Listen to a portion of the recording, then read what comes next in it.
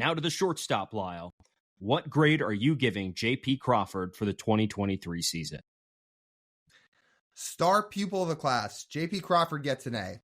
We gave Cal Raleigh an A too. But still, J.P. gets an A. Did you know J.P. Crawford was 13th in baseball in WRC+? He was 6th in the American League. 6th. And by the way, that's better than Julio. 6th in the American League. J.P. Crawford. Now, who was saying that at the start of the year? That's an A. His offense was absolutely marvelous this year. And if you look across the board in his shortstop ranks, the only shortstop who's definitively better than him in every category was Corey Seager, who's going to finish second in MVP. That's the kind of season J.P. Crawford put up as a shortstop.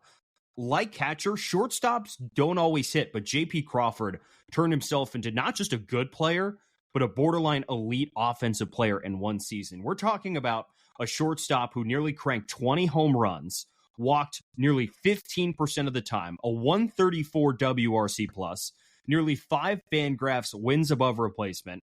Among shortstops, he ranked first in walk rate, second in on-base percentage, 8th in slugging, second in weighted on-base average, second in WRC+, and tied for 4th in wins above replacement. And oh, by the way, we'll get to this, but if his defense was better, he'd probably be clearly second in wins above replacement behind Corey Seager.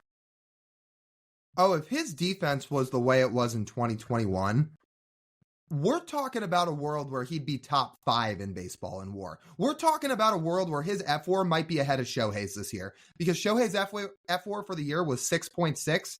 JP's was about 5. If he was playing Gold Glove defense, we're talking about a potential 7 WAR player. So let's just get into it now, because we're talking about his glove.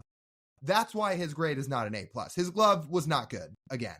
And I know there's people out there that'll say, oh no, he played good defense this year and he was solid. I don't know what you're really basing that off, because none of the defensive metrics favor him. If this was a world where, oh, he ranked well in defensive run save, but not outs above average, or he didn't rank well in outs above average, but his UZR was good, all right, there'd be an argument for it. None of the metrics really favor him. In fact, they don't favor him at all. His outs above average was in the 5th percentile at -8. Like, he can still improve on that defensive side of the ball. He can still get better, and not just better, but we know he can play great defense. He just hasn't done it the last couple years. But let's not harp on that too much, because that's the only thing knocking him down.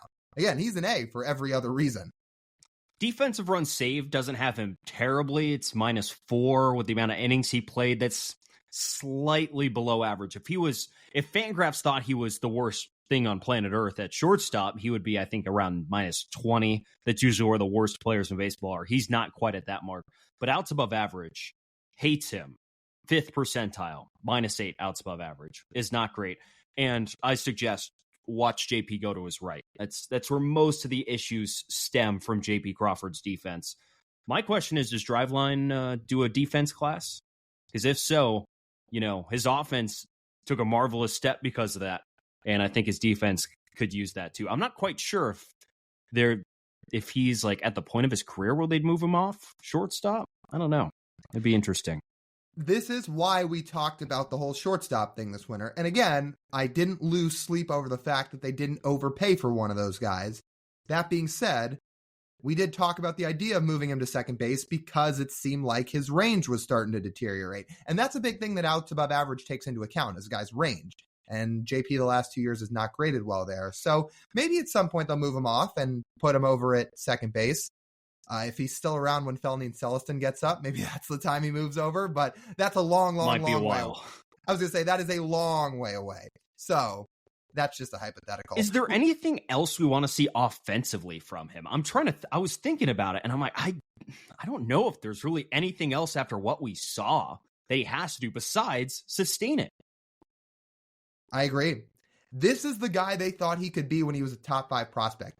Can I just read you the 5 guys in the American League that ranked ahead of him, by the way, in WRC+? Because it is Shohei, who's going to win the MVP, Corey Seager, who's going to come in second, Yandy Diaz of the Rays, who had a phenomenal year, Kyle Tucker, who's going to finish top 5 in the MVP voting, and Isaac Paredes of the Rays, who also had an amazing year. Those are the only 5. 3 of them including Shohei, Corey Seager, Kyle Tucker, ahead of J.P. Crawford. Like, what a year.